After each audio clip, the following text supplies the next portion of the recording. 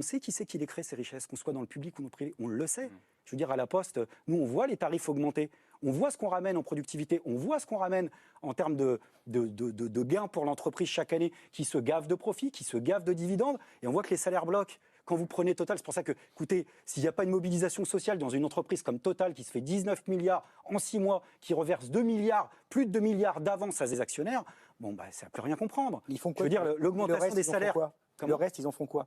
Les 17 autres milliards, ils en font quoi? Non, mais ils en font quoi? Vous inquiétez pas. Parce que s'ils en reversent que 2 milliards à leurs actionnaires, c'est-à-dire que 17 autres milliards, ils en font quelque chose. Ils en font quoi? Ils font de l'investissement, ils font de l'innovation. Et c'est ce qui va permettre demain c'est là où je rejoins la question des énergies non renouvelables.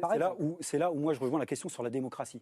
Ça serait bien d'avoir un droit de regard sur ces fameux investissements. Et vous l'avez à travers les actions générales. Écoutez, vous les avez. Le droit de regard sur Total, vous l'avez, vous? Oui, en tant qu'actionnaire. Si j'étais actionnaire de Total, je l'aurais. Vous êtes actionnaire? Oui, non, je ne suis pas. Vous ne l'êtes pas. Donc... Les gens qui vivent en province, qui mettent du gasoil dans leur voiture, il faut bien l'extraire, ce pétrole. Il faut bien le transformer. Mais c'est les actionnaires de Total qui le font, ça? Non, mais c'est grâce à leur argent qu'on permet de le faire. Ah bon? Oui. D'où?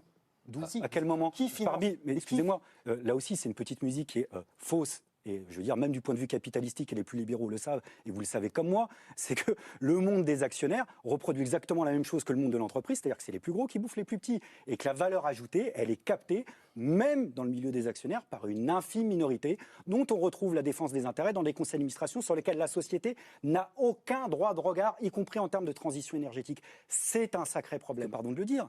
Pour l'instant, ceux qui sont à la tête de ce modèle économique-là, ils continuent comme avant. Et la seule chose qui est indexée en ce moment sur les prix, ce sont les profits plus les dividendes des actionnaires. Je rappelle que malheureusement, c'est faux. Les salariés qui réclament l'augmentation de 10%, ça représenterait quoi? 150 millions? Et on donne 2,6 milliards aux actionnaires. Donc c'est vrai que sans être anticapitaliste, il y a quand même un tout petit problème.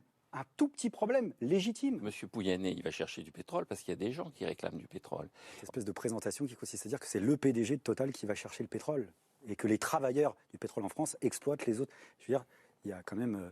faut mesurer quand même les mots dont on est en train de parler.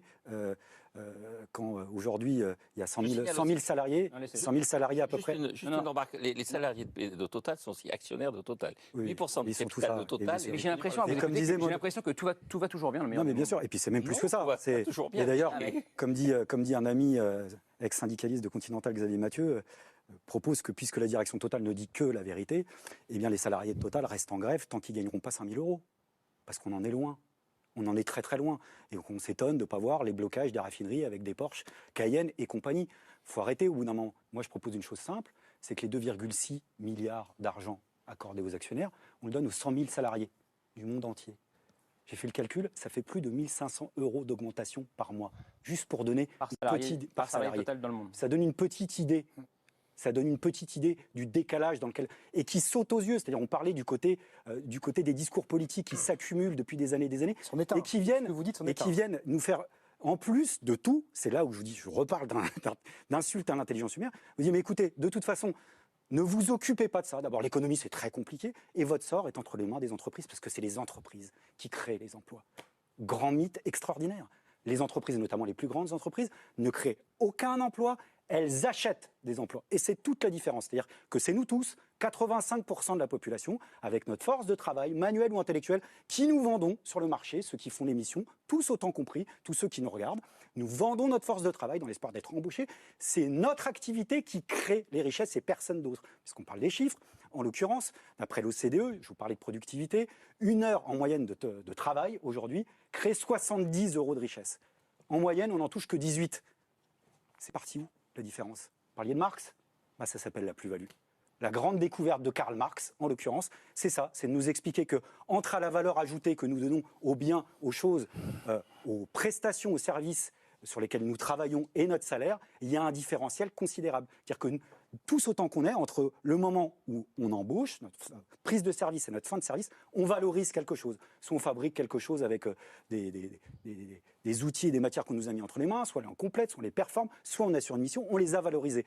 Et entre cette valeur ajoutée-là, dont nous sommes les uniques responsables, et notre fiche de paye, il y a une différence considérable. À l'époque, Marx pensait que c'était de l'ordre de la moitié. Autrement formulé, ce que je suis en train de vous dire, c'est vieux comme le marxisme. Si on s'arrêtait de travailler en moyenne dans la journée, là où s'arrêtent nos fiches de paye, on arrêterait de travailler en mi-journée. Le restant, on travaille gratuitement. C'est le surtravail qui est à l'origine de la survaleur et donc du profit. Personne d'autre, ni le PDG de Total, ni aucun conseil d'administration. Et ça, c'est vrai par-delà les frontières. Donc l'idée d'opposer les travailleurs et les salariés entre eux, au-delà des conditions matérielles qui ne sont pas nécessairement les mêmes, soit, mais je veux dire qu'il faut quand même mesurer ce qu'on est en train d'expliquer.